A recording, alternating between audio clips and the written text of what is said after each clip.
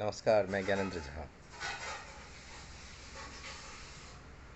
आज से 2 दिन पहले मेरा एक कर्मचारी काफ़ी व्यथित मन से मेरे पास आया। मेरे साथ काम करने वाला सहकर्मी बहुत ही व्यथित मन से मेरे पास आया। वह कह रहा है, मैं हिम्मत हार चुका हूँ, मैं अब यह काम नहीं कर सकता,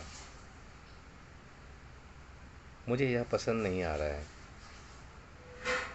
तो मुझे बचपन में पढ़ी हुई एक कविता याद आ गई। सोहनलाल द्विवेदी जी एक कवि हुए हैं, उन्होंने लिखा हुआ है। तो मुझे अचानक याद आ गई। मैं उस कविता को उस सहकर्मी के बातों से जोड़ने लगा था। तारों को मैं एक दूसरे से बुनने लगा था। उस कविता में था, वही कविता मैंने अपने कर्मचारी सहकर्मी को भी सुनाया। खड़ा हिमालय बता रहा है, डरो ना आंधी पानी में। खड़ा हिमालय बता रहा है, डरो ना आंधी पानी में। खड़े डटे रहो तुम अविचल होकर, सब संकट तूफानी में। बिल्कुल सही है,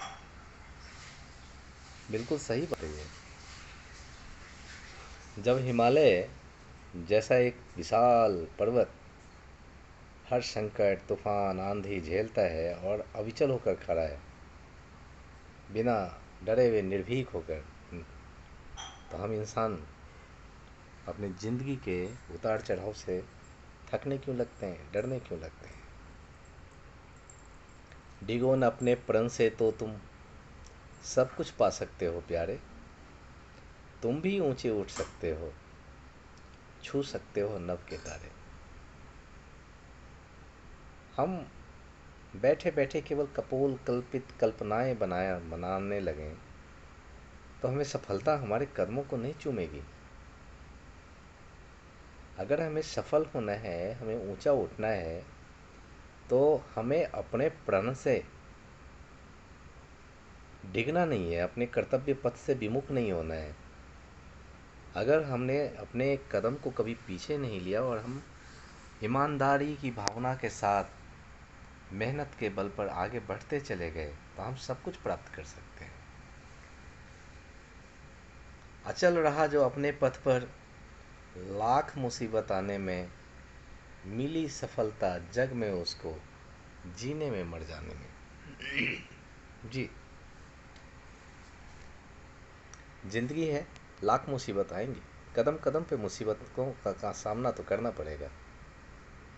लेकिन इसका यह मतलब नहीं कि हम घुटने टेक दें, इसका यह मतलब नहीं कि हम हिम्मत हार दें, इसका ये भी मतलब नहीं कि हम थका मांदा सा अपने आप को बेबस महसूस करते हुए घर की चार दीवारी में खुद को बंद कर दें।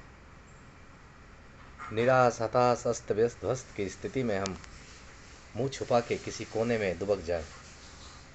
हम मानव हैं, हम इंसान हैं, हम आगे बढ़ने के लिए आए हैं, अपनी ज़िंदगी को जीने के लिए आए हैं, और ज़िंदगी को हमें सफलतापूर्वक ही जीना है। और सफलता हमें चाहिए तो हमें अपने कर्तव्य पथ पर अटल रहना पड़ेगा, अचल रहना पड़ेगा। मुसीबतें लाख आएंगी, हमें झेलना भी पड़ेगा, हमें सीखना भी पड़ेगा। और सफलता फिर उसी इंसान को मिली है जिसने ज़िंदगी में हर कदम पर अपने मौत को अपना मित्र समझा है, अपनी हार को जीत में बदलने का गुण सीखा है। तो याद रखिएगा, हमें प्रेरणा लेना है उस हिमालय से, उस बूढ़े हिमालय से प्रेरणा लेना है जो सदियों से मौजूद है और उसकी ऊंचाई कम नहीं हो रही है। वो हमें बता रहा है कि वह अचल है, बता रहा है कि वह अटल है, वह बता रहा है कि वो डिगने वाला नहीं है, अपने कर्तव्य पथ से विमुख होने वाला नहीं है। तो हिमालय के इस संदेश को याद रखिए और अपने जीवन को अचल, अडिग और अटल बनाएं। धन्यवाद।